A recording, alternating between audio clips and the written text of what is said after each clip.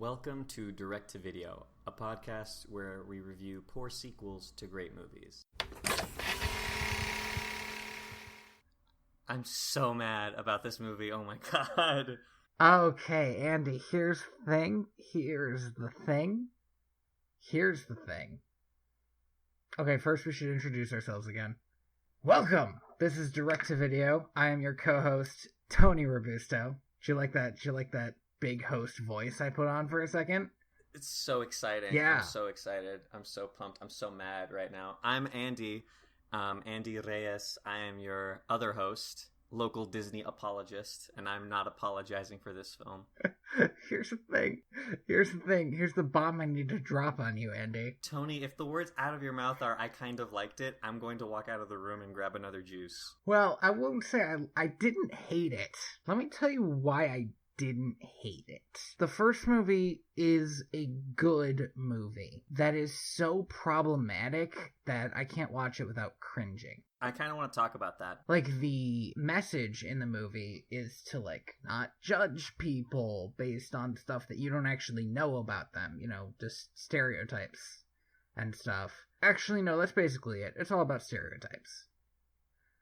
But Pocahontas is a strong character, like a really good character in that movie. Yes, she is. Very strong.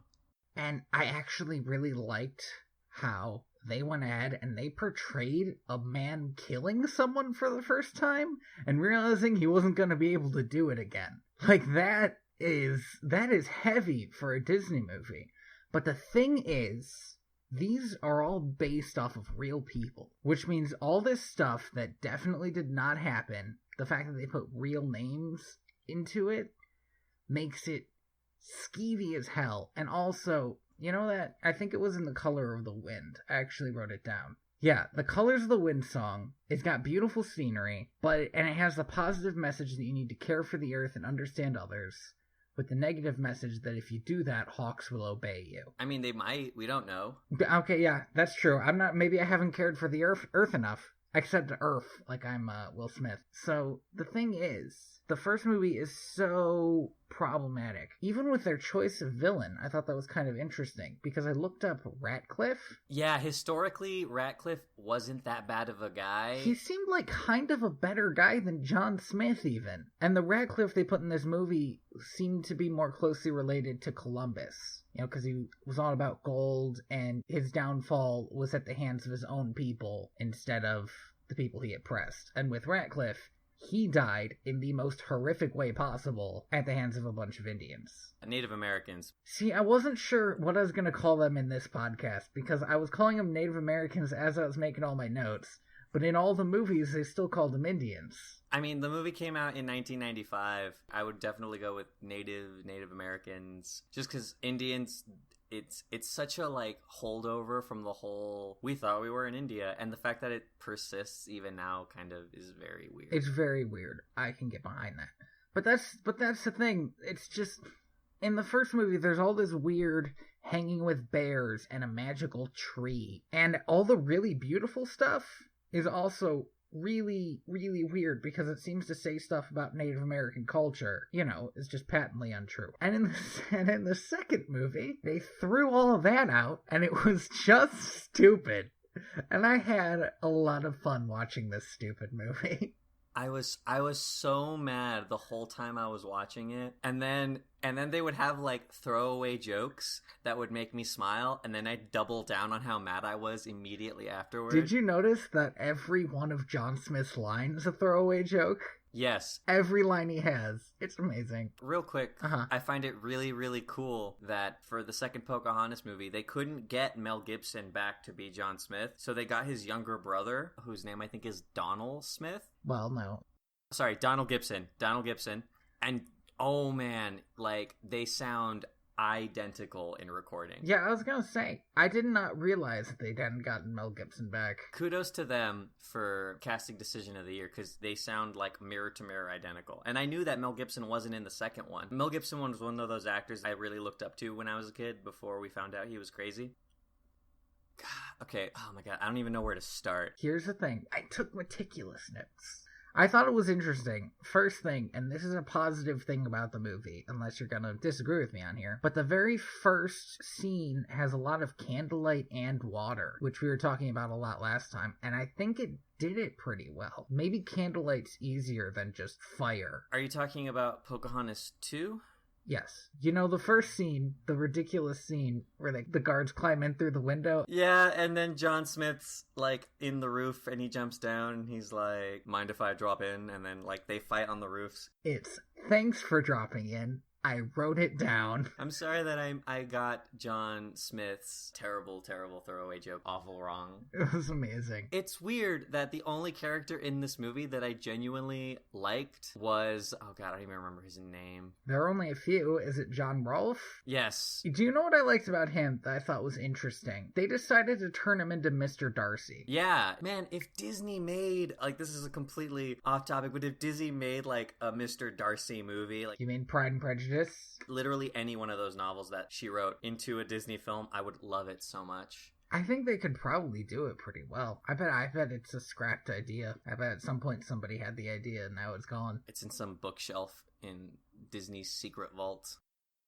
I'm going to go back to Pocahontas 1. So, just for recap, the plot of Pocahontas 1 is these Europeans decide to come over to the New World to settle in Jamestown in search for gold at the behest of Governor Ratcliffe, who got permission from King James. At the same time, a young Native American woman, Pocahontas, has been betrothed to marry another Native American in her tribe by her father, and she's kind of feeling doubts about her position in life, and she meets an explorer named John Smith, who is with the Jamestown crew, and they really quickly fall in love, despite the growing racial tensions. Yeah, and actually, I hate to interrupt, but I'm going to, because there are two problems with that scene I just despised. And one was that he was about to kill her, then he realized she was hot. That's one. Two, the part where she can understand him because a magical tree told her she could. Like, do you remember that part? That was so weird. Well, here's the thing, is that not only does she understand him, but literally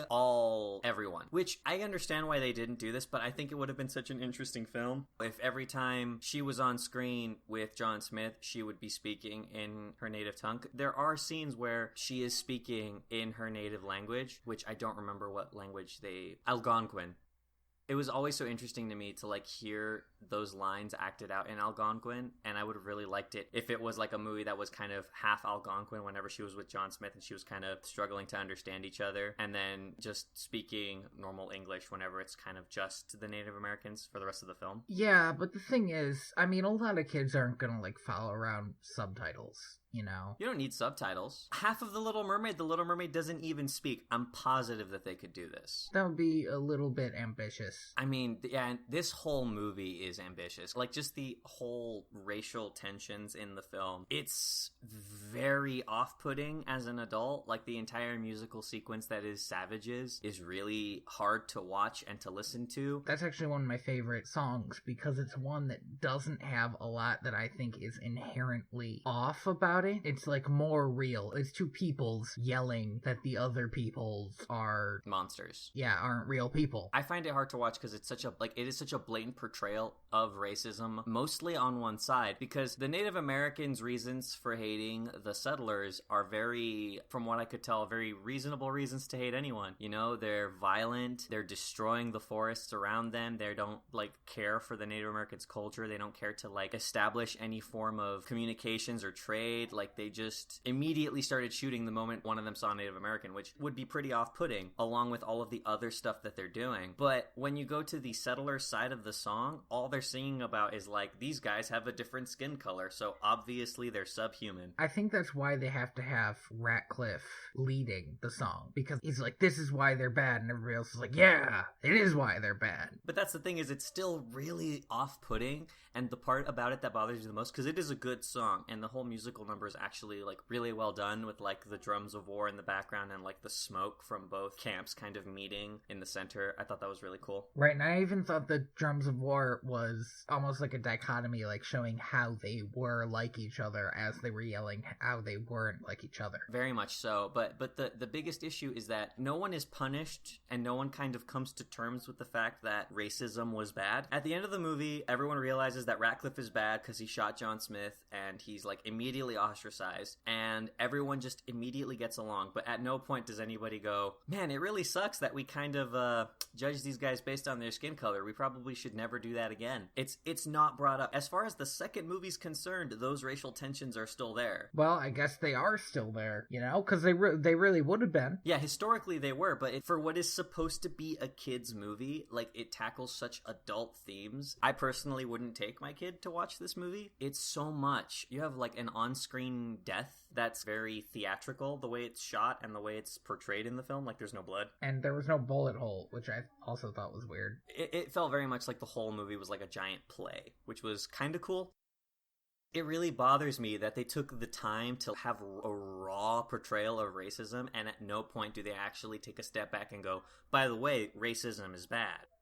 Don't do it. Well, maybe it's better to look at a little bit more historically, because it would have been a more raw portrayal of racism than we're used to. I would be okay with it being like, oh, we're doing it because it's more historically accurate, except for the fact that nothing else was historically accurate, yeah. No history is followed for the rest of the film. Like, one of the biggest things that bothered me in Pocahontas, and this is kind of more of a nitpick, is the fact that Britain didn't exist. Sorry, the United Kingdom didn't exist. You still had England and Wales and Scotland and Ireland were all separate entities. Well, but were they? Because they weren't all owned by England? No. Oh, wow. They were separate nations at the time. And when England started settling and colonizing, they hadn't united yet. So they should have been all Englishmen. You have them flying the British flag, which they hadn't adopted yet. There's a dude in the crew who's Scottish. There's a very Scottish guy. And then also a slightly Irish guy on the crew. And I don't know why it bothered me so much, but it was like all of the other historical inaccuracies, I was like, I can take those. Really? Actually, here's the thing that I hated about this movie. If they had done it with a fictional character, or definitely like a fictional race of people, it would have been fine. But the fact that they did it with Pocahontas, and then they gave her like a squirrel and a hummingbird and a tree to talk to, that was my biggest thing. I was like, they're not sending her up so much as like making fun of her. As a quick kind of background into those characters, in the film, Miko was originally supposed to have spoken lines because I believe in Native American culture, Miko is an actual kind of Native American animal spirit. Oh, okay. And they decided to cut it out because they didn't want the film to come off as being overly comical. Pocahontas is one of those movies where you have this team of amazingly talented people wanting to tell like a really complex story in a setting that they're not quite comfortable with. And they took a lot of steps to kind of be as respectful as possible. They got a lot of Native American actors, although they didn't allow any of them to sing. They got a lot of Native American consultants and they spoke to them and they tried really hard to understand their culture. But at the end of the day, it's like the movie still kind of comes off as very disingenuous. Yeah, almost condescending, I feel like. I don't think it's their fault. I bet that like back in the 90s when this movie came out, the people who watched it were like, oh my god, this is so interesting. I know so much about Native American culture now. And then like you have Native Americans coming out being like, well, wait, let's calm down a bit. That's not all of Native American culture. That is solely that one tribe. It doesn't date well. Yeah, it really hasn't. And they must have still been proud of it years later because they wouldn't have made a second one. It is a beautifully animated film. It absolutely is. The entire time I was watching it, I was just in awe of how pretty it was. And I found out reading through some of like the behind the scenes stuff that Pocahontas and The Lion King were both kind of in production at the same time. And a lot of the older, kind of more experienced animation staff elected to work on Pocahontas because they felt it would be the more mature of the films and that they would be able to express themselves artistically through it better. That's what everybody on Lion King said too, because they're like, oh, this is just a goofy ass film. We're making Bambi, but it's Hamlet. I definitely think that's the one that aged better. Oh yeah. Shakespeare, has a timeless quality to his stories that more qualified people can talk about. Right. I can just talk about how much I actually disliked Romeo and Juliet, but let's not. We kind of went through a lot of Pocahontas plot in that talk, so I guess I'm just gonna kind of skip to the end. We didn't get to the part where John Smith is going to be put to death because he is thought to have killed Pocahontas' betrothed. Kocoum. That was actually young Thomas. Right. And once again, I thought his arc was fantastic. I really liked young Thomas. I recognized his voice when I heard him speak, and I was like, ooh, who is this if I recognize the voice? It's actually Christian Bale. Whoa, really? Yeah, that's very interesting. So, Kocoum, who fights John Smith because he sees that Pocahontas has fallen in love with him, and he kind of goes into a fit of rage. Well, he's a warrior, that's his thing. Young Thomas shoots Kocoum, and John Smith tells him to run away. He takes the fall for it, which, good on you, John Smith. Good guy, John Smith. Yeah, it's the one good thing he does in the movie, really. There is a scene earlier in the film that I love so much, and I noted it down as Pocahontas does not want to deal with John Smith's mansplaining bullshit. What scene is this? It's the one where he's talking about how, like, we can teach you how to build homes, how to make use of the land in a way that's better. And she's just sitting there like, are you done? Your face was prettier when you weren't talking. Yeah, she was pretty cool in that scene where she's just like, fuck you, and walks away. She, throughout the film, is very adamantly just pro-understanding and does not give John Smith even an ounce of credence when it comes to his stupid beliefs, and I really loved that about this movie. I hate Pocahontas 2 so much. Oh my god, we're gonna get to that. I love it. It's so hilarious. Oh, it's such a bad movie, and I love it. All right, we'll get there. So the Native Americans and the Europeans decide to go to war in a beautifully animated musical sequence. That song got a lot of flack when the movie came out. Really? That one? Yes, that song was criticized for its portrayal of racism. A lot of people criticized it for being racist, but I think a lot of it is just kind of the discomfort at how blatant the portrayal of racism is. And I think that's kind of what the movie was leading up to. I think almost every other song was more problematic in that it was trying to be positive about people and about races and stuff, but the animation that went along with it was like a little bit racist. It really, like, it got under my skin. The overt stuff did not bother me because, like, that's what they were trying to do. That's what they were going for. You know, one of my biggest issues is something that I kind of said earlier, which is they hired all of these Native American actors, which good on them, but they didn't hire any Native American singers. So when Powhatan starts singing, it's so very obviously Tigger's voice. And I'm just sitting here like, you got Tigger to come in and fucking, like, put on his most Tigger voice and sing about how much he loves his daughter. Why couldn't you just get Native American singers? It really bothered me that they took the step of getting Native American actors, but they didn't take that extra step of having their songs about Native American culture sung by Native Americans. Yeah, so it's even the step in real life where they were like, we're making this movie about not being racist. And they were just like a little bit racist about it. In the making of the film. And, like, it's not their fault.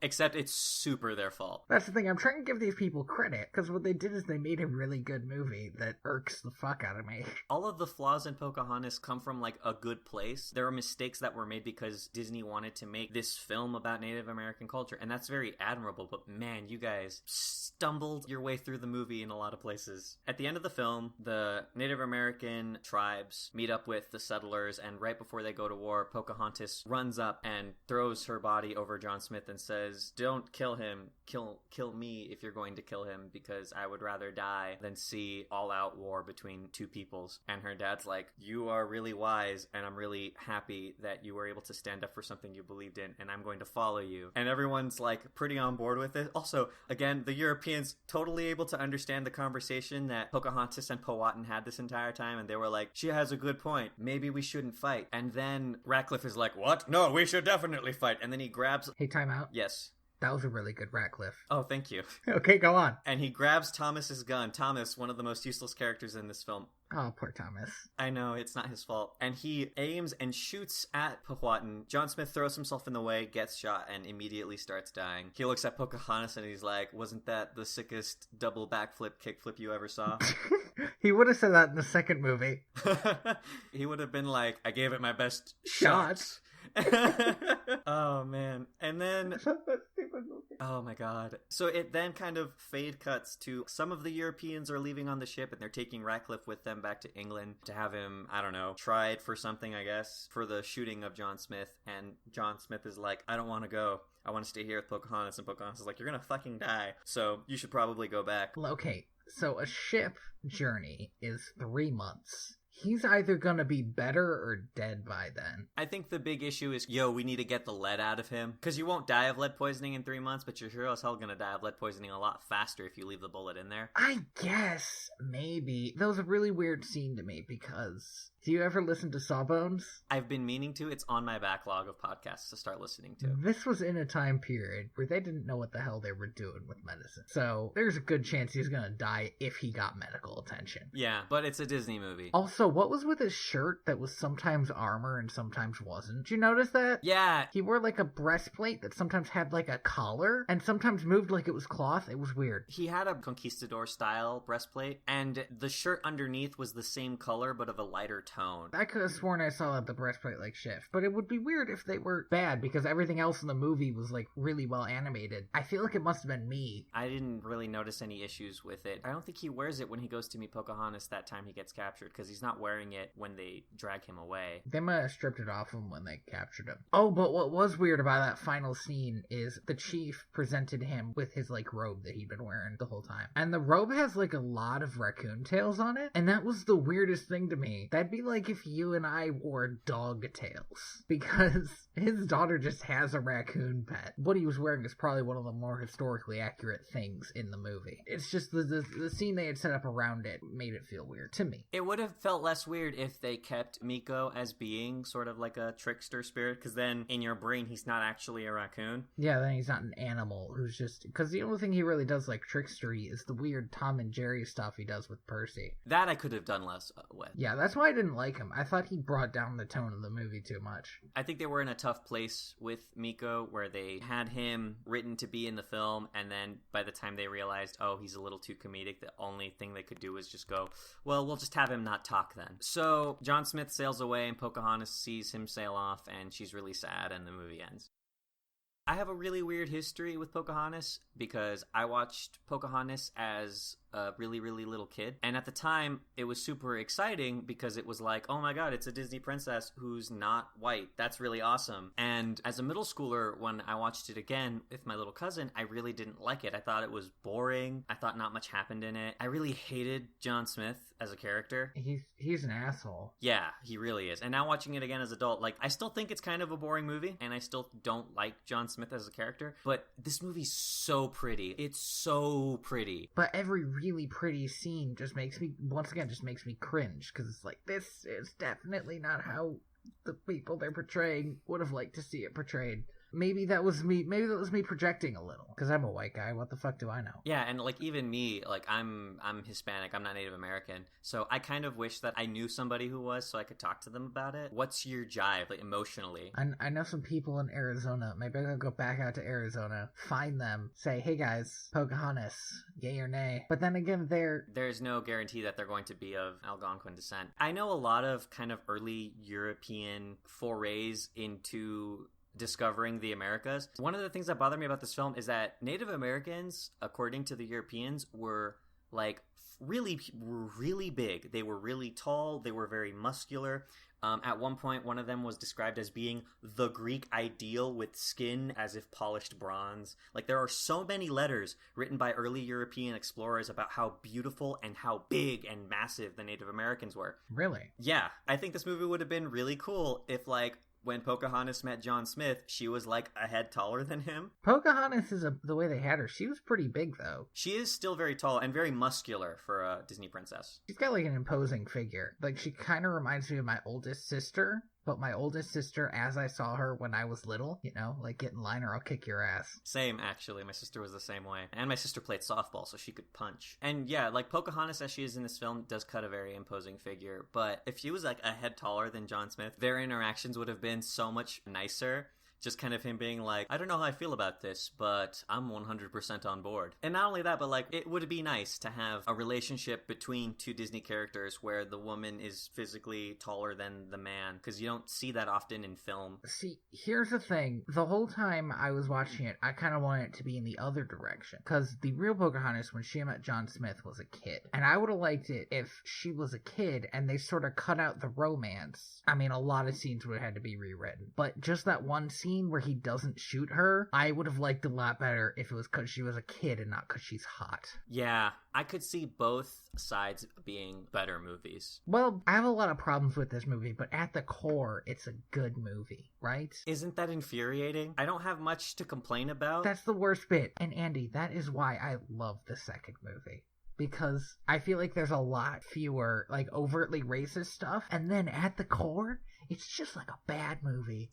And it's like, you can just sit back and relax. You can enjoy it because you're like, I don't have to look for what's bad about this movie. It's all right there in front of me. Just shove it into my face. It's beautiful. It's this beautiful landscape of shit. I guess this is a good place to kind of move on to Pocahontas 2, Journey to a New World. I really hate that these direct-to-video sequels have these subtitles so much. They should have either called it Pocahontas, Journey to a New World, or just Pocahontas 2. Here's the thing. I actually feel like the subtitle kind of adds a little bit this time. The thing is, Pocahontas 2 doesn't actually have a lot to do with Pocahontas 1. The whole setting's different. There are new characters. And it is literally a journey to a new world. So, rooftop battles. Oh my god. The moment that John Smith started fencing on rooftops, I was like, I'm not going to enjoy this movie, and I kind of leaned back. That's when I decided I was going to thoroughly enjoy this movie. Oh man. Here's the first issue I had with it.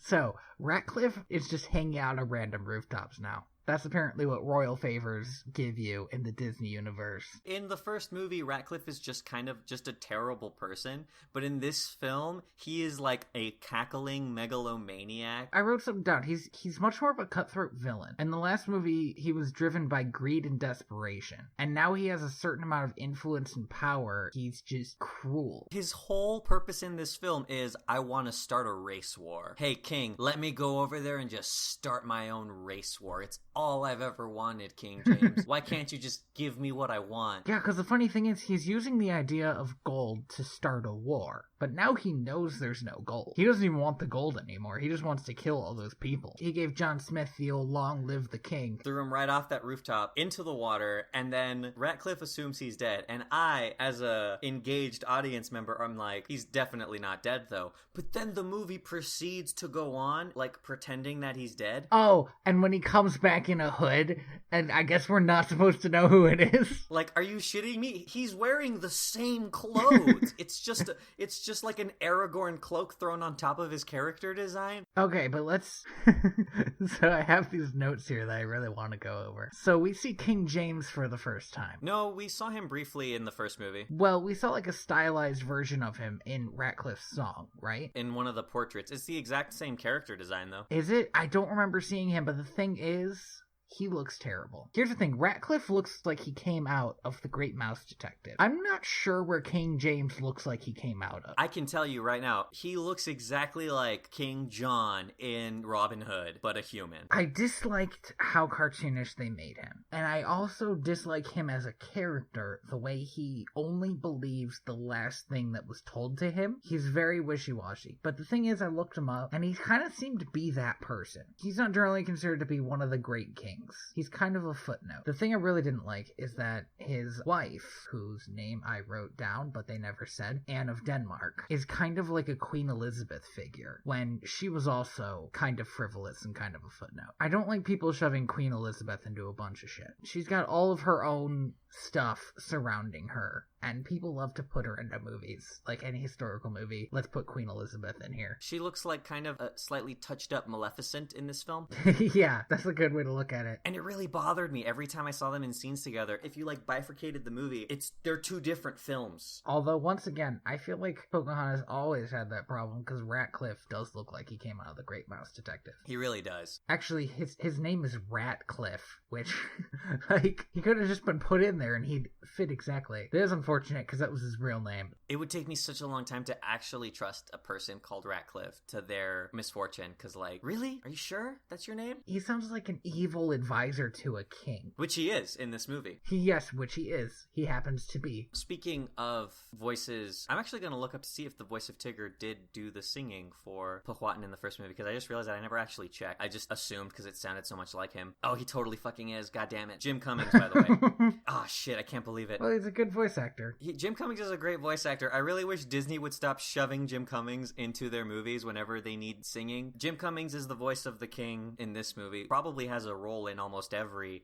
Disney movie ever. I met him once, by the way. Oh, really? Yeah, he did like a little... Did you ask him why he sang in Pocahontas? No, I kind of spent the whole time meeting him kind of overwhelmed by his presence, because he's the voice of Tigger. Mm-hmm. And Winnie the Pooh. How can I not? That's like a good third of my childhood solely contained in the voice of this one man. Yeah, voice actors, they get around. Okay, so... I'm gonna set up a quick system here, because I actually, in the process of moving back into my house, I'd left my notebook somewhere in a box, so I don't have notes other than what I can remember. So I think the way that we're gonna do this is you can bring up a note and then I can complain about the movie based off of that. Oh, alright, I can do that. So my next note is very simple. There was this one bit of the movie I didn't like. Pocahontas' friend, whose name I can't remember. Give me a sec. Yeah, I said that with such a leading, like, tell me her name.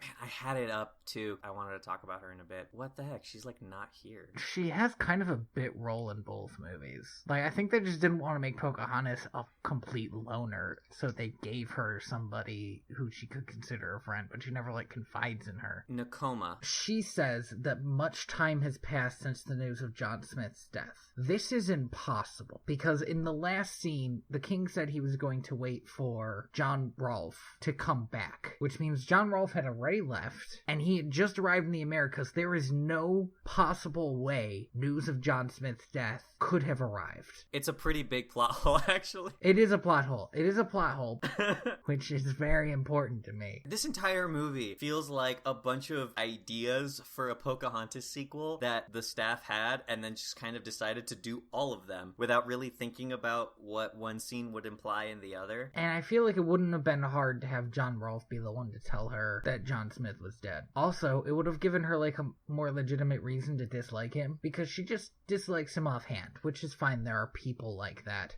To be fair, so did I. Oh, are you serious? I was just looking at my mom like, this guy's Mr. Darcy. She doesn't like him, but he likes her. No, dude. The moment he stepped off of that boat with his horse, I was like, look at this guy. Look at this guy with his frilly frills and his puffy shirts. Oh my god, that horse.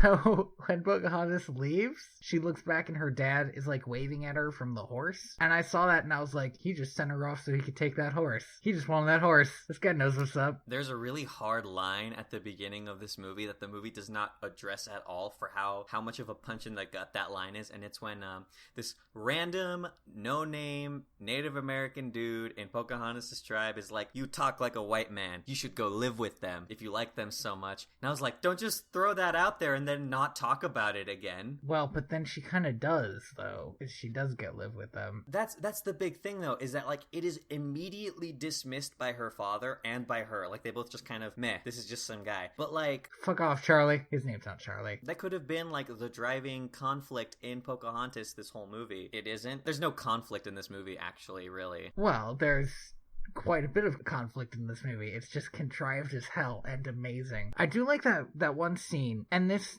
reminds me, maybe there was an earlier draft where that was more important, because there's that one scene where she had that white powder on her face while she was in prison, by the way, like in the tower, like somewhere where you don't stay dolled up. But there was a scene where she was looking at her reflection and she had like half of it away, so she was like half white and half brown, and that was a good scene. We have talked a lot in this 2-episode podcast about good reflection scenes. I'm starting to think that it might be a Disney staple, like just characters looking into their reflection in some way. It's a good symbol. Yeah, it is. I really like it when movies use mirrors in such an interesting way. You have another point? I have many other points, but what I wanted to ask before I got to my other points is something I was never quite sure of. You know the huge quiet guy? Yes. Give me a sec. I love his name. Okay, because I can't remember it, and if I tried to pronounce it, I feel like I would offend so many people. Yo, I just realized this guy's name isn't on the cast list because he doesn't have a speaking line in this goddamn movie. I was gonna say, he just glowers a lot. Which is something that I want to complain about later, when we get to it. Okay, I had some... I think he's a very interesting character, actually. The whole scene where it's the Coming to England song, and it's so stupid. Because it's like London was definitely not that good looking. And she sings at the Thames, which would have been a horrible river. It would have been filled with shit. Yeah, just the worst river. But where he's like cutting notches into his stick and he gets down to like a splinter and just throws it out. I thought that was pretty important, actually. But my issue with him is I was never quite sure if he was a racist stereotype or just like a character type. Like, because I'm used to the huge, quiet character. In a lot of kind of shitty comedic movies, you'll have the giant strong guy who doesn't really talk much. I actually prefer seeing the inverse of that stereotype a lot more. Just because giant quiet guy who glowers a lot is so common in like fiction, especially in fantasy. I just got so tired of it, and they tend to be my least favorite characters. That being said, and I'm desperately trying to find his name. Here we go. Utamata Maken. Oh yeah. I would definitely offend someone by trying to pronounce that. By trying to pronounce Utamata Maken? Utamata Maken? Yeah, boom, it's that easy. Okay. There's a lot of T's in it. Utamata Maken. It's spelled longer than it sounds. I liked the character just because he ended up being very funny in a lot of kind of slapstick ways. And they sort of did in that song, in the Coming to England song, where, by the way, where she climbs a tree. Like I said, not a lot has made me cringe in this movie. That made me cringe. Like, seemed like such a holdover from the first movie. But it's like, oh, no, why? Climbing a tree when you live in, like, densely packed forest, yeah, that's a thing you're gonna have to do. Why the fuck would she climb a tree in the middle of, like, a town? And also, she's in London, and I'm not entirely sure there were trees there at that point. I don't think the ground could sustain life. It was so covered in human shit. Yeah, like, London was bad for a long time. During this time, actually. Like specifically during the time that Pocahontas, like, the actual person lived in England, in London, during the time that London was at its worst. And everything's so bright and colorful in this movie, and I was like, this is a bit much. I really would have enjoyed it if they made London kind of look like shit. They don't have to, like, double down on it. They don't have to make it look terrible, but kind of shitty. If they had just kept the color palette that they had at the beginning of the movie, just drab, rainy, and terrible, it would have been an amazing scene if, like, you see Pocahontas kind of sitting on, like, the bow of the ship, like, I can't wait to see London. It must be so amazing. And then, like, smash cut to her standing in the rain, like in this terrible, terrible square with like a bunch of happy looking people, but she's very obviously not impressed. Right. That would have been good. But what I actually did want to mention about this huge character is... Utamata Maken. Here's the thing. That name went through my head, and I said it twice, and then it just left again. I had forgotten you told me his name. Saying it feels like you're firing a gun. It's actually very satisfying. So they had that bit in the song where everybody was singing about how huge he was. And it makes me think about the thing you just said, where the stereotype from that time was, these Indians are huge. Like the perfect man. I would have preferred that they made him, like, actually look pretty. They went out of their way, I think, to make him look a bit unappealing. He was a little bit unappealing, but he was, like, statuesque. And I guess, yeah, once again, the big tough guy role, he didn't look attractive, you know, like how John Smith is just like too damn hot for his own good. Oh my goodness. John Smith in the first movie is I forgot to talk about this. He is so unbelievably attractive. I spent a lot of the first Pocahontas film just staring at everyone's hair. Okay. He does have great hair. Yeah, like, I couldn't tear myself away. It was like when I watched Brave, like, I spent, like, 90% of Brave only looking at the bobbing red cloud that was her hair. And it's the same in this film. Like, I was just so blown away by how good everyone's hair looked. Every time I saw John Smith and Pocahontas together on screen, my only thoughts, like, my brain, all I saw were, like, two moving heads of well-animated hair just kind of falling in love. And in this movie, John Rolfe has, like, a ponytail. Yeah, his hair is not amazing. I mean, his face is good. They tried so hard to animate his ponytail really well, and they also tried really hard to match Pocahontas' hair movements to make it look at least passable when compared to the first movie. But John Smith in this movie does not look as hot. I am actually willing to forgive I think I'm willing to forgive more bad animation on humans than I am on animals, which is why I think I could stand this movie more. And the other thing is, all the really beautiful stuff in Pocahontas 1 made me cringe. And the fact that they never had the really beautiful stuff that makes you cringe in this second movie is one of the reasons I enjoyed it. I never had to have the, white guilt moment. Oh no. Oh, really? You didn't? In the second movie? In the second movie. The movie where she throws away her culture. Yeah, but the real Pocahontas does throw away her culture.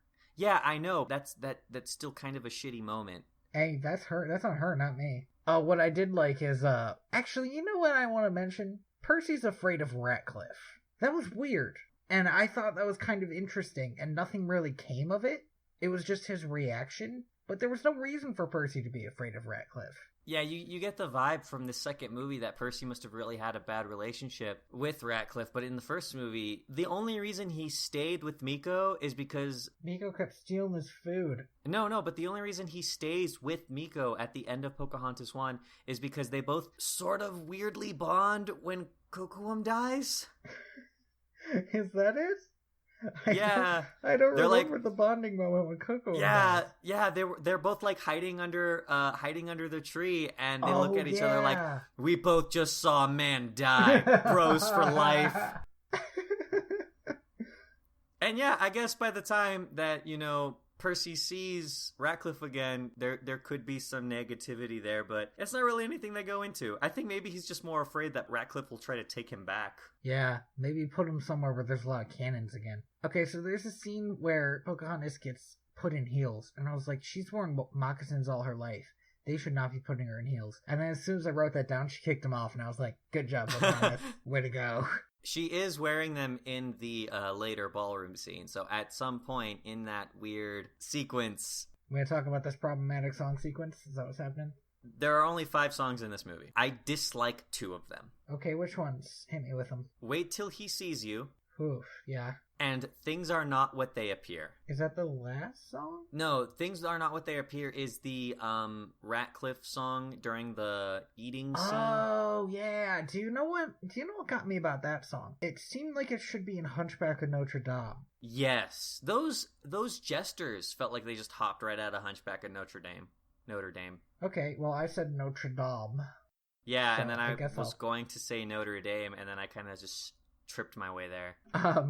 But yeah, that whole sequence felt out of the wrong movie. Like he had hired someone from another movie to come put a bear in Pocahontas' way. We talked about how in The Lion King 2, Simba's Pride, that the 2 songs in The Lion King 2 that kind of allude back to The Lion King 1 in certain ways, I forget what they're called because it's been so long. The love song and He Lives in You. Ugh, He Lives in You. They really work as kind of callbacks because it's a very positive message. Things Are Not What They Appear is a callback to the Savages song in the first movie, except where Savages was kind of a like we are seeing prejudice on display between 2 peoples. Things Are Not What They Appear is just outright racism. Just throw it at the people watching this movie. Look at how terrible these people are. Look at how horribly racist everyone is. Well, but the thing is, I don't think you could call Ratcliffe racist. I definitely think I can. I was going to say, because I don't think he sees other races as lesser. I think he sees everyone who's not him as lesser than him. He literally calls them subhuman in the first movie. Does he? All right, keep going. Yeah, yep, he says subhuman. No, but I was thinking more in the second movie where he has transformed into a sociopath character instead of his older, more relatable character. You can't divide that, though. You can't... It's a sequel. This Governor Ratcliffe is the same Governor Ratcliffe. If it was a brother, if it was Governor Ratcliffe was hanged and this is his brother, Governor Ratcliffe, His sociopathic twin brother, Governor Ratcliffe. He got all the looks. You would then yeah, there if you had some level of separation maybe, but this is the same guy. Yeah. And he doubled down on just being a horrible human being, which is so unempathetical that the entire time he's on screen, all I can think of is, why is anyone listening to this guy? He's so off his rocker. Yeah, he's so, obviously evil. He wears black armor all of the time now, instead of, clothes. Instead of just, regular old clothes. I don't know, maybe this impresses the king for some reason.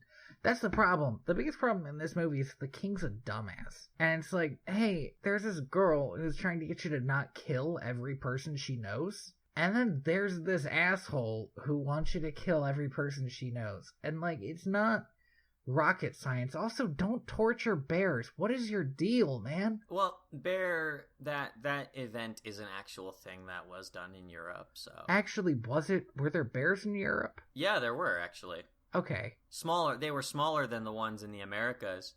They are smaller. I believe they still have some. But yeah, they would have this event where they would tie bears around these giant wood poles and then just poke at them with sticks and shit. Yeah, that absolutely does not surprise me. I mean, I knew stuff like that did happen. People were bored. There was no internet. But I don't know. I felt like the people were having a really good time before the bear was brought on. Yeah, they seem to be going happier before the bear was brought on. And the only person who was really into the bear was the king, which is probably Ratcliffe's whole idea. Also, the other thing about that scene at the end of this musical sequence that I really don't like with the bear is that, that bear kind of goes away. Oh, does he? Because... And then they bring him back. Which, we'll get to that. But, This fucking movie. Yeah, I would think they would have just killed the bear once they, You know what I would have loved? Actually, no, screw what I was going to say. I would have fucking loved it if the bear was in the prison right there with her. Oh, that would have been glorious. Yeah, but then she wouldn't need John Smith to save her. She could just use the bear. Also, it would have been really awkward to have two giant silent protectors. Yeah. Oh, my God. So, I think this is a good point then for me to kind of to bring up my issue with Udamatamaken, which is you have this movie where every character is primarily white. Actually, they're all primarily white dudes. Yeah, I think you could say that. I mean, the only white women are almost character stereotypes, where you have the doddering mother and you have freaking Queen Elizabeth. Yeah, which isn't really a stereotype because she doesn't really say much. She doesn't, except she's the only reason Pocahontas gets to talk to the king. She plays a pivotal role in a movie, and that's her only line. And Udamatamaken is the only other Native American in this movie other than Pocahontas, and he, at no point in the film, gets to speak. I say gets to speak because this is a movie that was written. They could have had him talk. At any point in the film... it would have been interesting to have... another Native American's perspective on what was happening, too. In the last movie, even though there were a lot more Native American characters, obviously, none of them really knew what was going on with Pocahontas. And this one person does, but he doesn't get to say anything about it. He never speaks his mind. He never has any... He never has any agency in this movie. His only role in the movie is to be this, kind of caricature. And it really bothers me because, you have...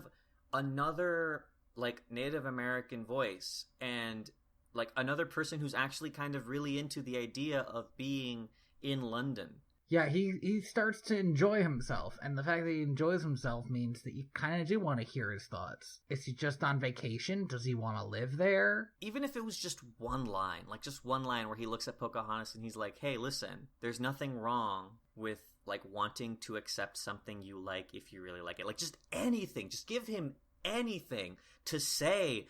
It bothered me so much that you They are also alone in that jail cell. And what's happening there? Is he just standing there all quiet, unable to do anything, to even communicate, and she's just staring at him? Or staring out the window, I guess, pining over the fact that she loves John Rolfe.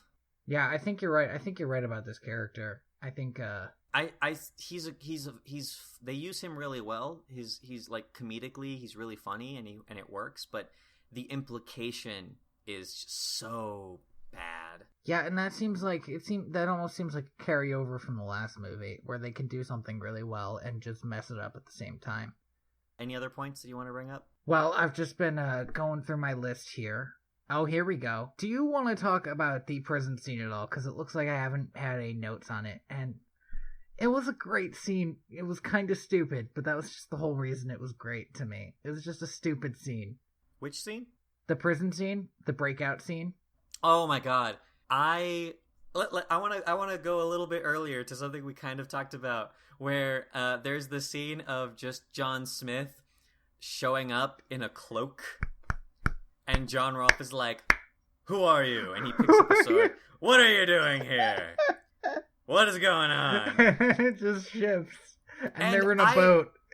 I assume that John Smith just knocked him out, dragged him onto a boat, and then explained to him the sitch when he woke up.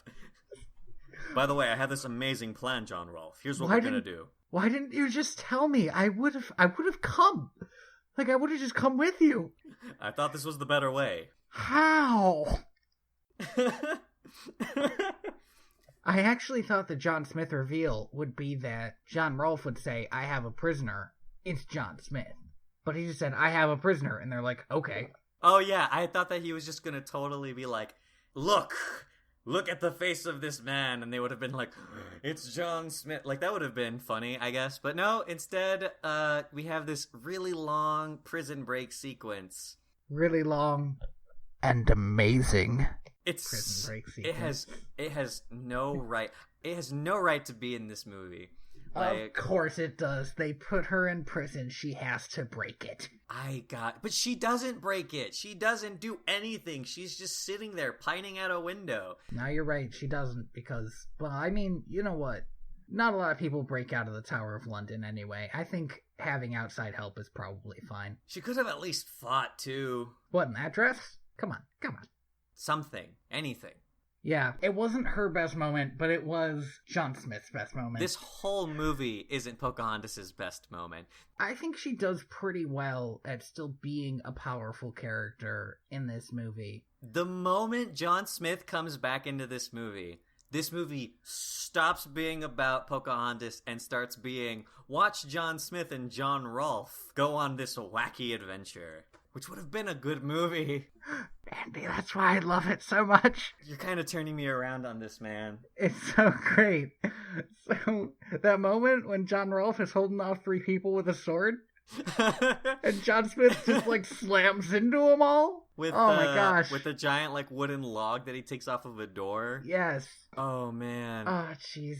It's the best. That breakout scene is so good. I'm trying to find... So I only have one note about the breakout scene and the moment after it, before the white powder moment. And it's that this movie has the one thing that most Disney movies lack, and it is, of course, 2 non-evil love interests, which it's something that, like, Disney doesn't do, and I sort of love that they managed to do it here. It's so weird to me how bad these both this movie and The Lion King 2 can be, and yet still do something in terms of having a romantic story that makes me go, good on you guys for having the fact that they both have the same name, like, kind of is a gem as well. Like, they're both John. Yeah, and they couldn't do anything about that. And they didn't really have, like, a scene hinge on that, which I felt like they could have done. Like, she could have called out to John and gotten the wrong one. But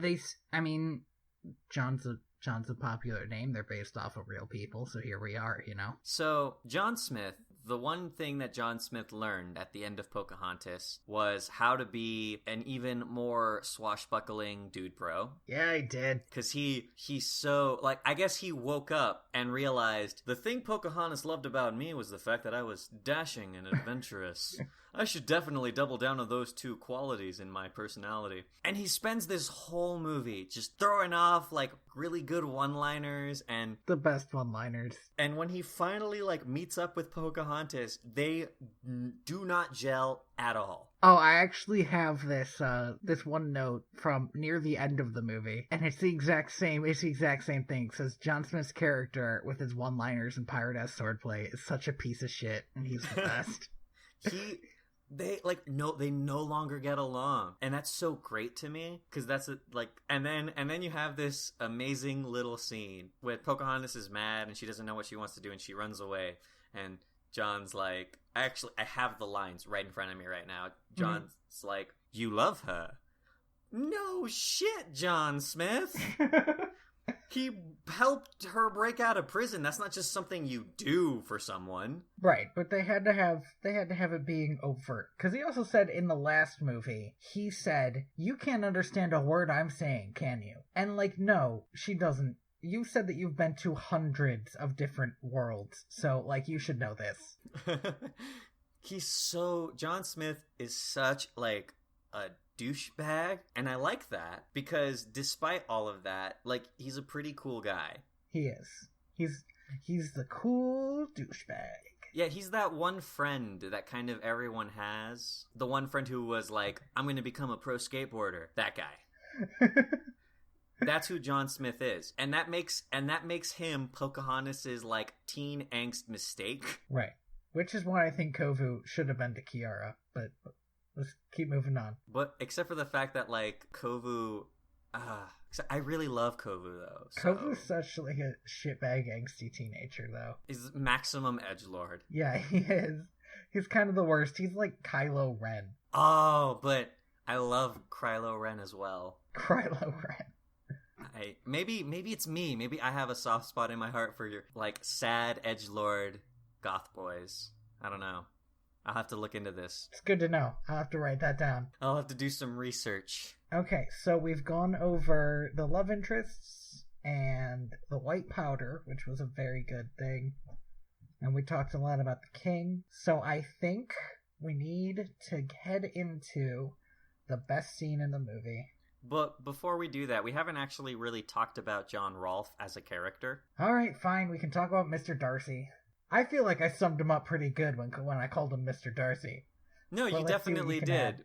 You definitely did sum him up really well. That's his role. He's this pompous, very, very British man who's kind of out of his element dealing with this woman who's a lot more carefree than he has ever been. I wish they would have done more with his character. The only reason I grew to love John Rolfe is because of the scenes in the film where he's very flustered trying to take care of Pocahontas. As much as I hate the fact that she climbed that tree, him asking her politely to climb down from the tree is a very well delivered line. I did not enjoy the fact that, I don't know, the scene that I kind of talked about earlier when John Smith tells John Rolfe that he loves Pocahontas. God, that sentence is so confusing. Let me try again. Yeah. The scene in which John Smith confronts John Rolfe about the fact that John Rolfe loves Pocahontas. There you go. This is why you don't give two characters the same name. Right. Well, you also had a lot of pronouns in that sentence, and that was messing shit up. All these Johns. Everyone is John. We should play John dies at the end. That was a good one. Thank you. Anyway. It feels really gross. Because it feels like a passing of the baton. Like Pocahontas was my thing to love, John Rolfe. Now she's your thing to love. And it's like a lot of this movie felt like Pocahontas gearing herself up to love somebody that wasn't John Smith. And that's pretty admirable, like dealing with the loss of a loved one and trying to move on. But the movie doesn't focus on that. It focuses on John Rolfe loving Pocahontas. Yeah, I can see that. And most of the big important emotional stuff happens in musical form, so we don't get to actually see change over time. It's one of the reasons I hate musicals is whenever you have any form of change happen in a musical number, it devalues it as a scene. I think a lot of musicals do that well, but I think a Disney sequel is just generally not going to. Well, a Disney sequel is asking to be bad, and here we are trying to find the good in them. I guess that's what this is becoming. I think that is what it's becoming, because we're just gonna find one. We're gonna find a movie we both hate. It's gonna happen. We're just gonna be like, It's gonna be a 2-minute long podcast where we're just sighing for a whole minute, and then we both just go, yeah, that one sucked, and then that's it. Boom, end of episode. Yes. So, do we get to go into my favorite scene now? Yeah, my favorite scene ever? The best scene in any movie ever made. Okay. All right. Okay, so they go on the boat.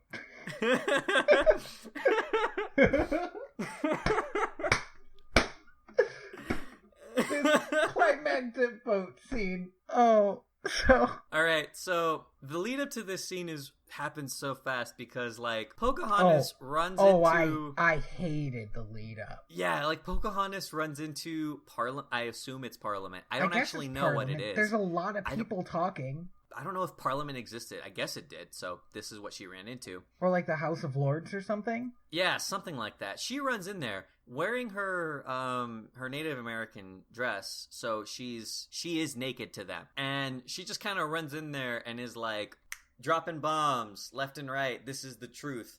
Aren't you an honorable man? And then John Smith just walks in like, let my charm solve this problem as well. And then the king's just like, go stop the governor, man. Then like all of the big problem in this movie is solved in like 2 seconds. Well, that's what I hated about the king from the beginning. He believes the last thing said to him. Like John Smith walked in, but if Ratcliffe walked in right behind him, he would have believed Ratcliffe. But John Smith, I've been behind you this whole time. Dun dun dun. But Ratcliffe, I've been behind you this whole time. Like it would have become a weird scene out of Death Note. Yeah, could we not talk about Death Note? We can. Like way to bring down the energy before my favorite scene, Andy. That's what I do. So they get on the boat. They get on a boat. John Smith is I think he's the only one who manages to get on the boat before it takes off. Yeah, does he rope swing in? I think he uses his horse. I think he jumps it with his horse. Yeah, he jumps it, and then the horse disappears. Yes, and he yells, "I am the ghost of John Smith, run." And then there's a dude who tries to tackle him. And you know what? That's the coolest dude. That guy grew up to become a ghost hunter or an exorcist of some sort. Yeah, this guy's like, "Oh, I'm taking you down, ghost." And then there are like 4 other dudes who immediately jump off the ship into the sea wearing like armor and regalia. Like those guys died. Well, they're right by port though. They're probably okay. No, they're going to die, dude. Like, all right, well maybe they died, but you know what? They didn't want to get ghost killed. So by the ghost of John Smith. By the ghost of John Smith. And then he immediately gets into a duel with Ratcliffe. Oh man, I'm gonna put a note here for myself. I am definitely going to edit in that voice clip. I thought he was dead. I am the ghost of John Smith. Run for your life. Okay. It's so good. It is such a good line. And then the one thing I remembered from this movie from childhood, John Rolfe riding the anchor onto the ship. He didn't make the jump. Yeah, he just dived into the water. I just wrote in my notes, this is the movie they elected to make. And then the line, "You call this a party? You're not having any fun?" Oh, man. I'm putting that line in, too. I have to now. Oh. You call this a party? You're not having any fun? If this movie could have ended with John Smith and John Rolfe just looking at each other going like, what if we both just took this ship and went on rad adventures together? Bye, Pocahontas. It would have been a great movie. Oh my god. This like incredibly over the top, this pirate ass scene. It's so long, too. I loved it. I found myself smiling the whole time. Like, the moment the scene started, I was like, here it comes. This is what I've been waiting for. Like, I have, like, the entire rest of the film, I was, like, groaning and, like, struggling to watch it. And, like, I was doing laundry at the same time and paying more attention to my clothes, going in circles than this movie. Uh-huh. But, like, the moment this scene started, like, my world stopped. I was like, this scene exists. This is what they did to these characters. They're real people. Human beings. Who have names in history books. Right. Who changed the world. Changed the way the world worked around them. And they just threw them all on this boat. and just like something out of Princess Bride fight their way through it. Yes, and it was amazing. It was like watching a fan fiction. Yeah, it really was. Oh man. Does historical fan fiction exist? I bet it does. It definitely has to. It definitely does. Actually, it's called historical fiction, Andy. It's a real thing that people make all the time. Ever read any Harry Turtledove? Yeah, no, man, but I'm talking like crazy stuff. Like John Rolfe and John Smith jumping onto a boat and having sword fights crazy. Okay, have you ever seen Bill and Ted's Excellent Adventure? Does that count? Yeah, I think that does count. Point proven. I think that counts. Bogus Journey, also good. I didn't love Excellent Adventure. I think a lot of it was lost on me, though. I might have to go back and watch it again, because it's a classic. I don't remember how Ratcliffe loses. I remember Ratcliffe winning, but I know he doesn't win, because I remember him pulling a gun. You don't remember how he loses? No, because he pulls a gun on John Smith. I think it's Pocahontas that does it, but I can't say for sure. Somebody turns the, what do you call it on a ship? The wheel? So somebody turns the wheel and it swings the mast around. It's Rolfe. Is it Rolfe? And he's caught on the mast. He hangs there, and then John says the same thing that Ratcliffe had said to him when he tried to kill him. At the beginning of the film. Yes, which is, I would have loved to see you hang. And then he cuts him loose. So John Rolfe and John Smith do fist bumps and like crack open some keggers and celebrate their massive dude bro victory. Yep. And Ratcliffe crawls onto shore where the king is just standing there. The king's just there. Yeah. Like, dude, you have a country to run. Yeah, but I don't think he does a lot of running of the country. This guy's a moron. To be fair, also, now that his bear is gone and that party was crashed, he probably just needed something else to watch. Yeah, he probably just had his, I was gonna say binoculars. They probably didn't have binoculars at that point. Or they have, like, spy glasses. Probably had, like, a spy glass staring onto the ship. He was just staring at his compass the whole time. That's I don't a joke. Understand this joke. It's a joke. It's because of the compass in the first Pocahontas movie. It's like a big plot. You know what? Yeah, I'm just gonna. Yeah, it is a big plot. And actually, one of the things that I didn't like about the second Pocahontas movie was she has the compass and it just says John Smith on the back. Like, that's not a bit heavy-handed because it doesn't say John Smith in the first one. That's just like, we know who it's from. She carved it on there. In English, for some reason. Not in... Well, did they have a written language? Okay. Not that I know of.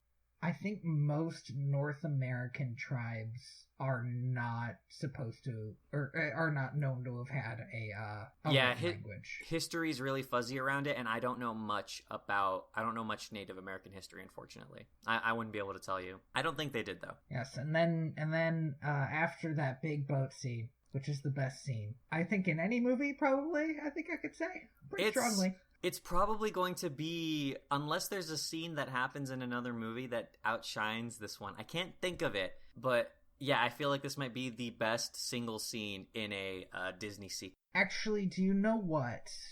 I remember reading something about an earned scene. Do you know the idea behind this? I've heard similar terms. Yeah, it's basically that if you build a movie the right way, then having a climactic scene that's ridiculous is okay because you've built the world in a way where that scene can happen. And the example they used was having the Stay Puft Marshmallow Man show up at the end of Ghostbusters. Okay. They make you believe in this world that's possible. I know exactly what you're talking about now, yes. And I think at the end of Pocahontas 2, you firmly believe that in this world, it is this stupid scene is entirely possible. I kind of came at it from the opposite direction where I just wanted something to happen. Like this whole movie, I wanted something to happen that was just fun to watch. And that was the scene. Like that's just 5 minutes of just pure fun.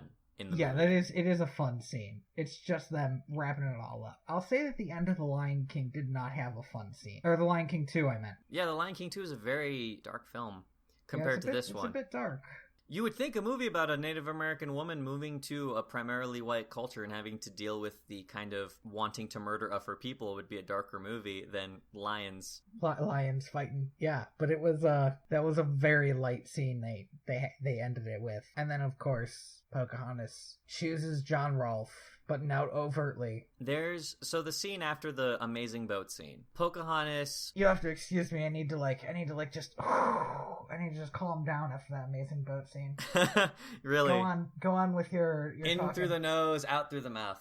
So immediately after that scene, it's a scene where like Pocahontas, John Smith, and John Rolfe are all kind of hanging out on this nondescript balcony, and John Smith is being swooned over by all of these ladies, and he's like, "One at a time, please." Yeah. I'm a very busy man. And then Pocahontas and John Rolfe, like in the least convincing scene in the history of the world, don't tell each other that they love each other, to the anger of literally everyone in the film. Yes, I will definitely say that. Why? Even Miko, who doesn't pay attention to shit like this, is like mad about it. Why don't they just say they love each other? Andy, sometimes it's hard. They've had this whole movie leads up to this moment, and then nothing comes of it. That's awesome. The fact that they're both just standing there awkwardly, like, yeah, it's great working with you. Would you like a handshake? And then they're both in their heads like, God, I wish we could make out right now so bad. They could have just ended the movie there. Well, they wouldn't have been able to end the movie there because in some weird way, they're still trying to make it kind of, sort of, absolutely not historically accurate. Oh, that's right, because they don't tell each other they love each other, at which point John Smith runs over and is like, Pocahontas, I finally achieved my dream, I mean our dream, of me owning my own ship, I mean our ship. When you think about it, and this scene had me thinking about it, John Smith knew Pocahontas for what, like maybe a couple weeks? Like how long was that first movie? Oh God, maybe a week. It feels so short. And then, but John Rolfe, even though they didn't like fall in love until they got to England, he would have known her once again for months on the boat. Like he already knows her so much more than John Smith did. And John Smith has basically made her into just a perfect woman in his mind, right? Because he hasn't been able to see her for so long. And so she's just an idea to him now. And he sort of realizes it and has to let her go. And he does. Yeah, and I thought that was pretty good. Very rarely do you see that handled so well, where he just kind of goes, you know what? I kind of misread this whole situation. You go follow your heart. I unapologetically love this movie for how terrible it is. Like, thinking back on the movie, it's a hilariously bad movie. Actually watching the film for me was agony. Oh, man. The worst. I had so much fun. The whole time. Oh, man. Well, now you know how I felt when I was watching The Lion King 2. Because what I felt when I was watching that was, this is taking a movie that I really like and making a shittier version of it, and it just hurt me. It's like, well, I gotta keep watching it. But at this movie, I don't have any real love for Pocahontas as a movie, so the second movie was just like goofy as hell, and I was so into it. I absolutely loved that at one point somebody was like, you know what, the first one wasn't actually that historically accurate. Why don't we just like lean away from that? The final scene in the film, Pocahontas gets on the ship, she says goodbye to Mrs. Jenkins, who's John Rolfe's housemaid. Or like maybe landlady? No, she's his housemaid. He has a line in the film where he was like, the Jenkins have served the Rolfes for generations. Because he has to be the most British character. Obviously. He's Mr. Darcy. And she says goodbye to Mrs. Jenkins, and Mrs. Jenkins is like, oh, we'll miss you. And John isn't there, and Pocahontas is like, well, where is he? And Mrs. Jenkins is like, he probably hates to say goodbye. Or some shitty line like that. Yeah, she does say something shitty like that. Go on. Pocahontas gets on the ship, and in his best one-liner in the film, and I wish I wrote it down, and I probably did. I don't know. I lost my notebook. Like, he walks out, and he, like, says this one-liner that I believe she kind of told him at the beginning of the film. I do not remember this one-liner at all, and I feel bad. Like he says, and I remember thinking, like, you sly son of a bitch. Here she is worrying about you, really sad that she couldn't tell you that she loved you, and thinking that she'll never see you again, and you just step out of the shadows all, hey there, I learned this from John Smith.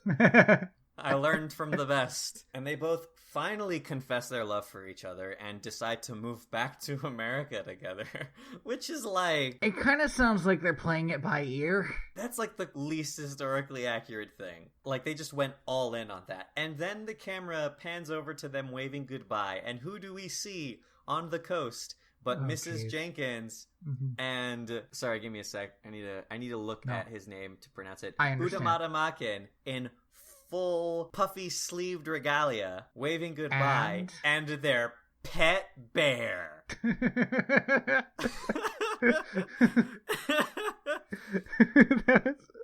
There was no reason to end it like that. But they did.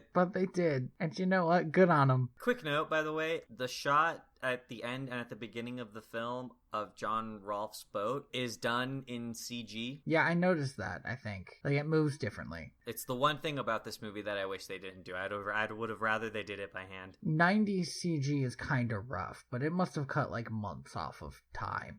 So I understand it. Yeah, it probably definitely was cheaper. Something that I noticed the entire time this film was happening, I don't know if you noticed this either, but like there's a phrase animators and animation studios have, it's called being off model, and it's when your character's proportions and to themselves and to the world is constantly never accurate. And like in this movie, Pocahontas goes from being as tall as John Rolfe to when she runs into the House of Lords or Parliament or where the fuck it is, to she is a giant in that scene. She is huge compared to all of those lords. I can't say I noticed that, and I feel terrible that I didn't. It's not just her, it happens throughout the entire movie. Like characters are constantly like shifting in size compared to their surroundings. It's like there is no level of like perspective in this film at all, and it was infuriating to watch. I think maybe this was the biggest thing, like when it came to me watching this film, was just the animation in this film,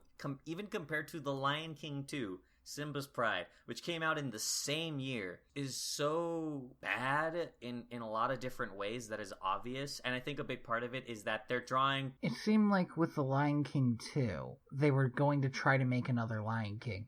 But with Pocahontas 2, it never seemed like they were going to make another Pocahontas. They were going in a different direction entirely. And maybe that also had to do with, I don't know, whoever was doing it and the fact that the animation was so much worse. It just, the whole movie... Oh my goodness. Okay, just a minute. I was scrolling through this Wikipedia page and it just reminded me of a fucking thing that happened in this fucking movie, where during the What a Day in London sequence, William Shakespeare just fucking shows up. Yeah, he is there. That wasn't necessary, man. No, it wasn't. And it was a real big goof. It was so strange. Like, that of all things is the most Timon and Pumbaa-esque joke. Absolutely. Oh my god. I hate this movie. I wish this movie didn't exist. I love this movie. And do you know what? They sell it packaged with the original. So if you want to see this terrible movie that is also amazing, you can just buy it for $10.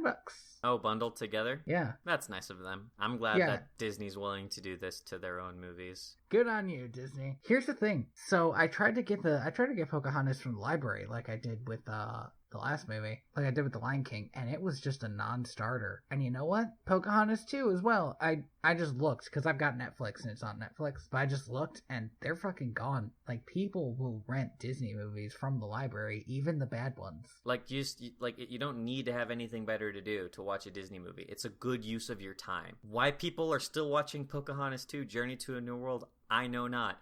Maybe there's like a secret underground like movement of people who just really love that John Smith scene, and there's like a website devoted entirely to it. Let's find out. I'm Googling I am the ghost of John Smith and let's see what comes up. Oh my god. Please let me know. I am the ghost of John Smith. Oh man. Oh, we have the entire script. Okay. Titanic Captain Edward John Smith's ghost haunts his childhood home. Okay, you know what? That definitely no then. No, looks like not. I'm glad. I don't know why the whole script being there tickled me so much, but that's nice. I'm glad. If you want to reenact your favorite Pocahontas 2 Journey to a New World scenes. Oh man. Oh my gosh. We talked about this movie. We've been talking for almost 2 hours About 2 a hours. movie. And I think the issue is that we talked a lot about the first movie when we really didn't with The Lion King. Because I don't think either of us has any problems with the first Lion King very much. God, no, that movie's like, I don't want to say perfect, but damn, it's close to perfect. Yeah, and so we had to establish a baseline of kind of not liking Pocahontas all that much. I think a big thing about it is like all the complaints, like all the general complaints about Pocahontas don't get fixed in Pocahontas 2. They're mostly just ignored. Yeah, and Pocahontas 2 kind of just takes the parts of the first Pocahontas that are memorable and then really doubles down on them. Ratcliffe was kind of cartoonishly villainous in Pocahontas. Let's make him cartoonishly sociopathic. John Smith was kind of a douchebag stuntman. Let's make him an actual douchebag stuntman in this movie. And he's the greatest. He's the greatest. They definitely improved John Smith's character, actually. Yes. Just imagining, there's a scene in one of the Fast and Furious movies where Dwayne "The Rock" Johnson and Vin Diesel both kind of clasp forearms in the most manly way. I would like that, but it be John Rolfe and John Smith. Yeah, they definitely could have worked that in there. That's a pity. Other than that, though, Pocahontas 2, Journey to the New World was a perfect film. 10 out of 10. 10 out of 10. Better than The Lion King, say the critics. Oh no. Tony says, No. better than The Lion King. They don't say that. Best boat scene. You said it was the best scene in all of movies. I did say that, but then I forgot that movies are generally like good. Like, I also really like the train scene in Back to the Future 3, the one that other people don't like that much. I liked Back to the Future. I like all three Back to the Futures. I never really got why people were bothered by the third Back to the Future. Yeah, I like them all. I actually don't love the second one because I hate dark new reality that he has to change. Like, it's fucked up. I think people remember like Happy Future and going back and messing with the past again, but like the evil reality in between, the Biff verse. I was just about to say the Biff verse. Perfect. The Biff verse is like really screwed up. Yeah, it's that movie gets some harsh vibes. And I like the climactic scene in The Lion King. That's amazing. I mean, there are a lot of scenes in a lot of movies that are better than the boat scene in Pocahontas 2. I would say the boat scene in Pocahontas are better than most or all of the boat scenes in Titanic. This is the hill I'm dying on. That's like a hill that nobody's gonna fight you for, though. You like walked up to this hill and then killed yourself on it, and everyone else is like, nobody was arguing, dude. We'll let you have that hill. Boat scenes. I'm really glad that we managed to completely reverse roles where I hate this movie. Hated it, so yeah. I'm never watching it again. That's understandable. I might. Okay, what do we got here?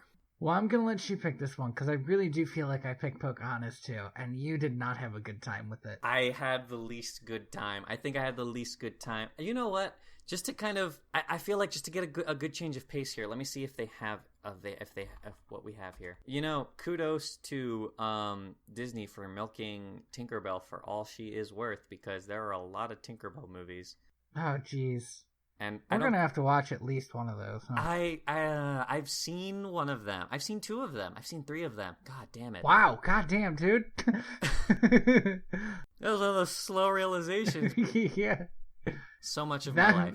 That got dark fast. Yeah, I think what I would like to do, just to kind of switch it up a bit, is watch Peter Pan Return to Neverland. Oh, man. Because that means we have to watch Peter Pan. It does mean we have to watch Peter Pan.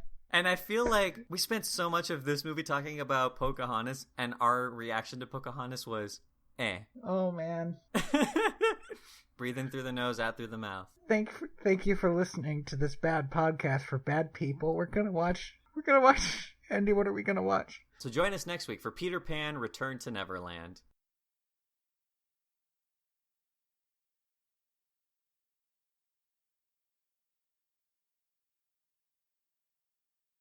Fuck this movie. Okay, wow. This movie sucks. I hate it. It really sounded like you're going the other direction.